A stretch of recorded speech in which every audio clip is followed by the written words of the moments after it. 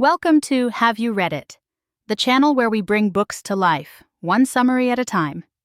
Today we're diving into Richard Slotkin's A Great Disorder, National Myth, and the Battle for America. This book is a weighty exploration of American history, but don't worry, we'll break it down into digestible pieces. Slotkin's central argument is that America's current political and cultural turmoil stems from a clash of national myths, the stories we tell ourselves about who we are as a nation.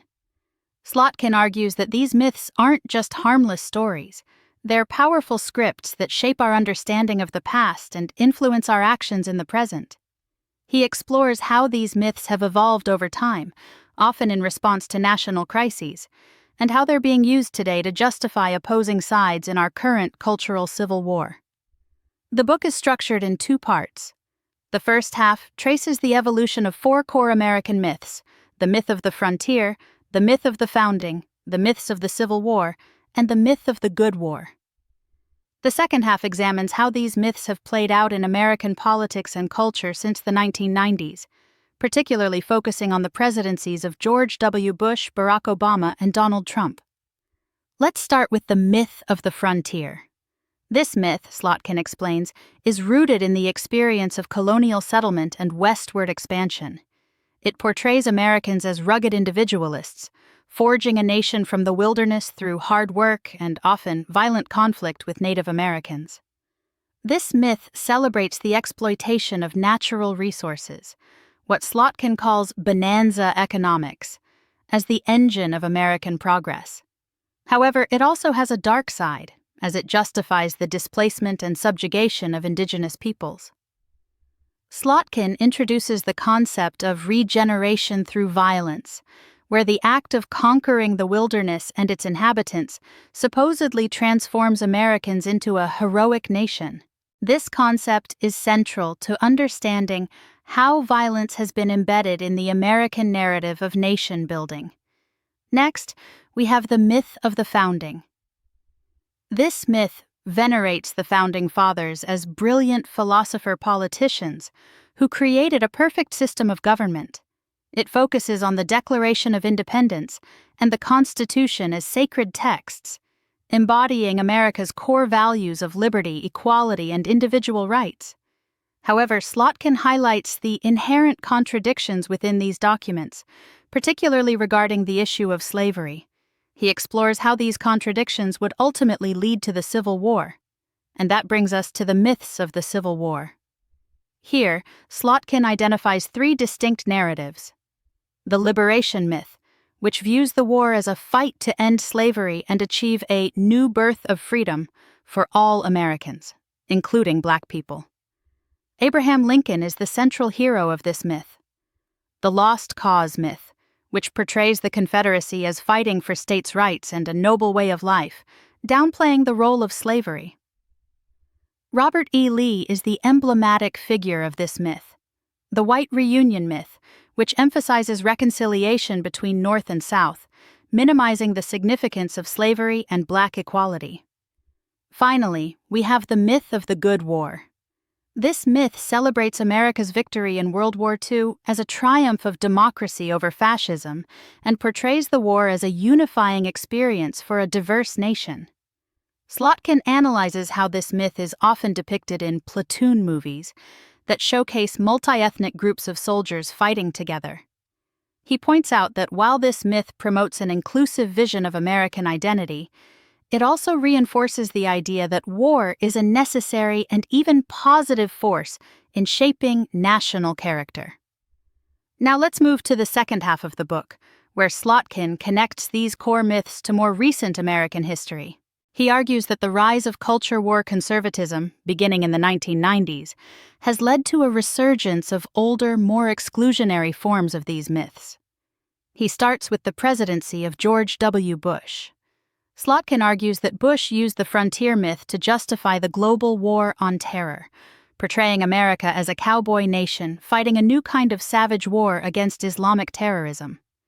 This framing, Slotkin suggests, not only demonized the enemy, but also led to a simplistic and ultimately unsuccessful military strategy in Iraq and Afghanistan.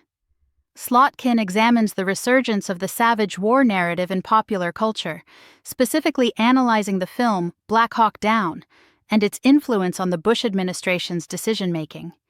He connects the escalating rhetoric of the War on Terror with a renewed emphasis on racial and ethnic divisions within American society. Next, Slotkin discusses the Obama presidency. He sees Obama's election as a potential culmination of the myth of the movement, symbolizing progress toward a more inclusive, multiracial democracy. However, he also examines the fierce backlash against Obama, embodied by the Tea Party movement, which drew on the frontier myth, the founding myth, and the lost cause myth to portray Obama's policies as a threat to American values and identity. Slotkin ties the rise of the Tea Party and the intensified polarization of American politics to economic anxieties, racial resentment, and the proliferation of right-wing media outlets. Finally, Slotkin analyzes the Trump presidency. He argues that Trump skillfully tapped into the anxieties and resentments of white working-class Americans, effectively using the lost cause narrative to portray himself as a redeemer figure who would restore America to its former greatness. Slotkin emphasizes Trump's use of divisive rhetoric, his embrace of authoritarian tendencies, and his attacks on democratic institutions. He also highlights how Trump exploited existing national myths, particularly the frontier myth, to justify his anti-environmental policies and his aggressive approach to immigration.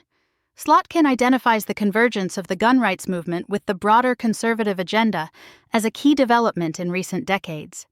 He notes how the NRA and other gun rights organizations have successfully linked the Second Amendment with a libertarian ideology, framing gun ownership as the ultimate defense against government overreach. This convergence, he suggests, has fueled the culture wars and increased the potential for political violence.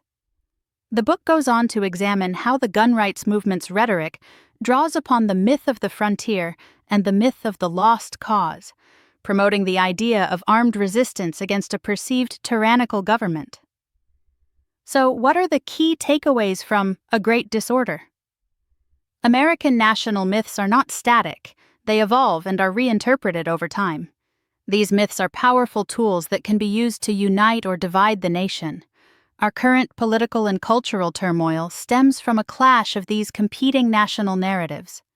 Recognizing how these myths operate is essential to understanding and addressing our current challenges. To put it simply, myths matter. They shape our understanding of who we are and what we stand for. Our myths are contested. Different groups have different interpretations of these stories. We need to be aware of how these myths are being used to justify political agendas. We need to find new ways of telling our national story that are more inclusive and reflect the complexity of our history. Only then can we hope to bridge the divides that currently threaten our democracy. Thanks for watching.